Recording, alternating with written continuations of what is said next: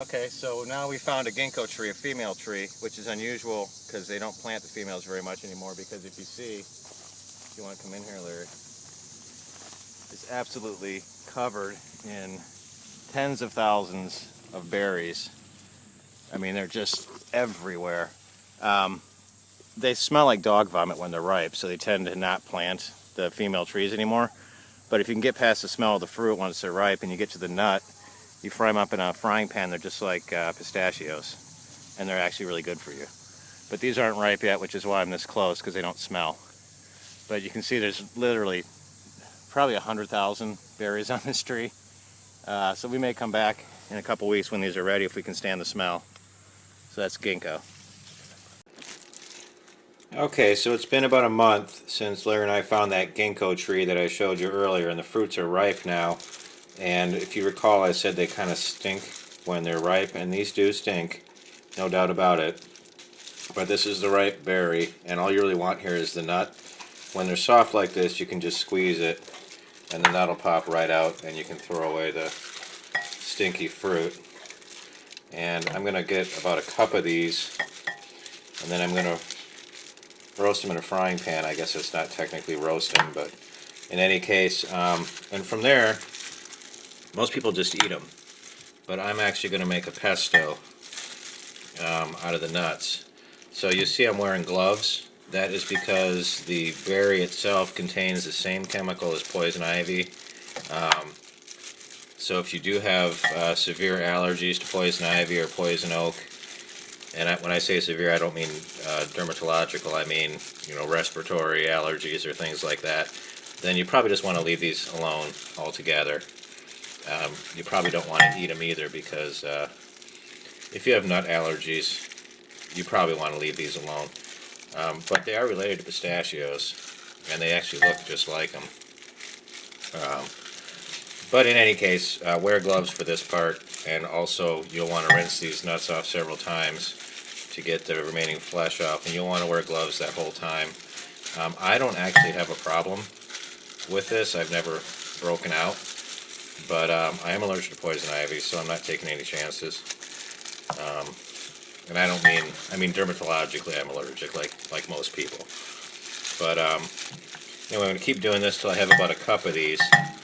And the smell, I soaked them in water for about 12 hours, the fruit. It does cut down on the bad smell, so you can actually do this in the house without regretting it.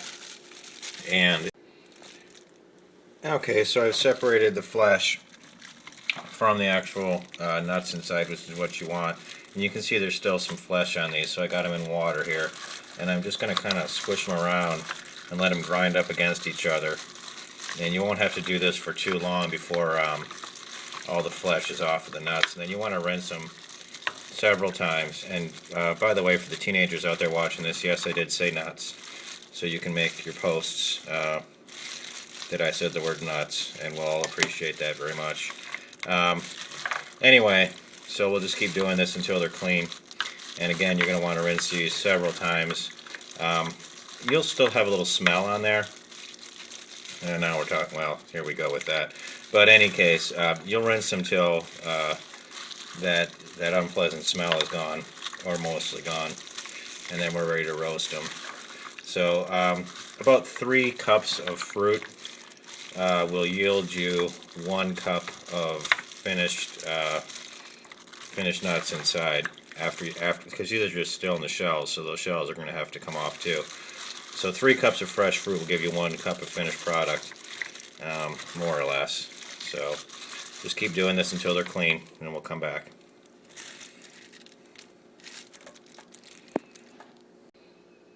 Okay, so at this point now, I've got these pretty well cleaned. You can see the water's clear, and they look just like pistachios, really.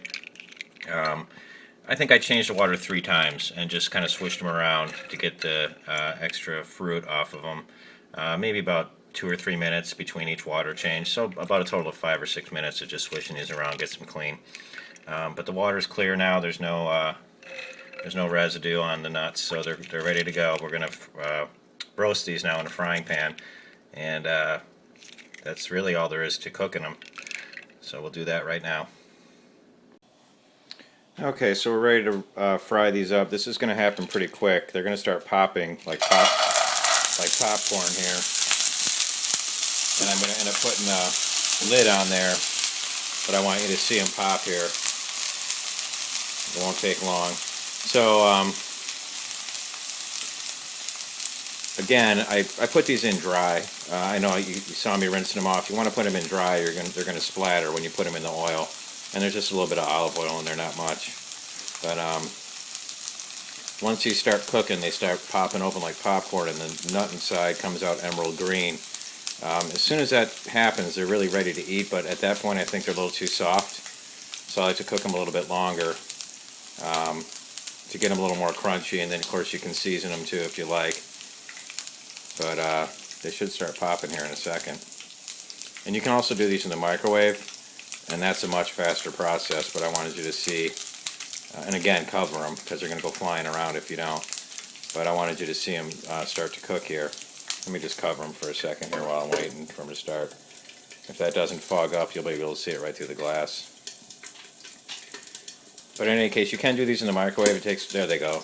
So I guess I don't need to take the cover up. But see, they pop open, and the nut comes out like a little emerald green. There's one over here I can show you. You can see the emerald green nut there. So that one, there you go. And you're just going to do that till they're all open. All the shells, they won't all explode like that, but they'll at least crack open so it's easy to get the nut out. And then we'll take it from there once those are all done.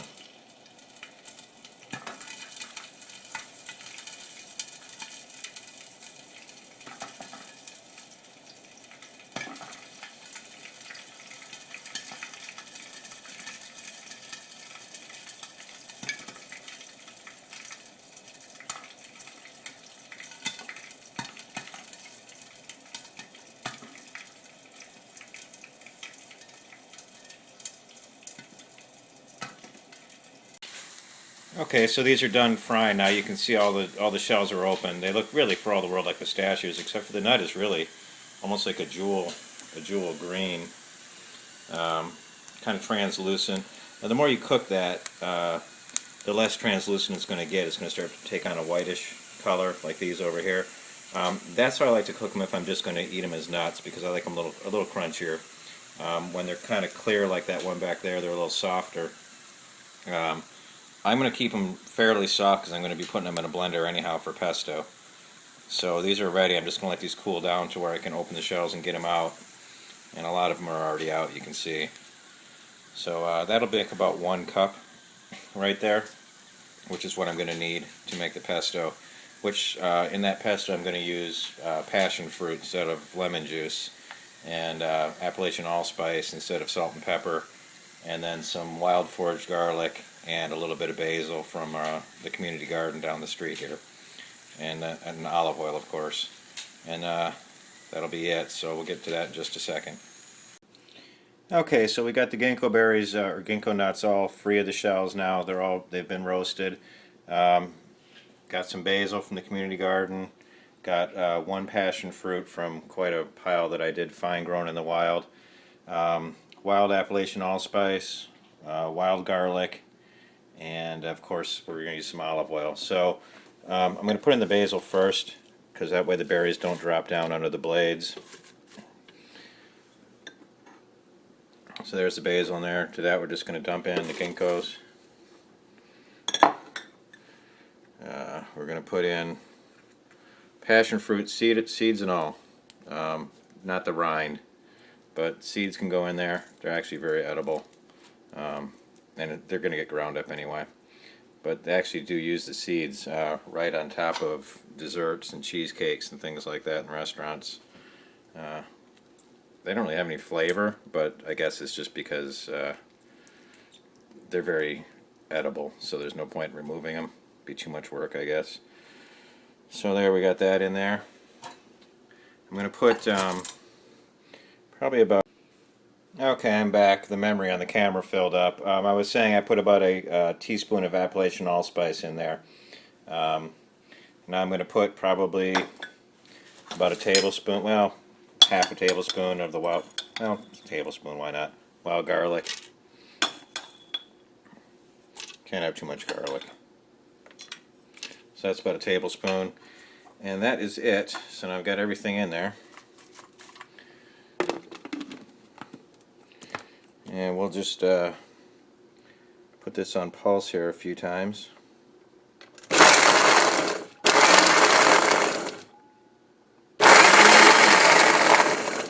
I did forget one important thing. While figuring out the camera, I forgot the olive oil. So that's important. And we'll put about, I don't know, you know, pesto isn't science, it's not like baking. I'm going to say about 1/8 of a cup, a couple tablespoons, however you want to look at it.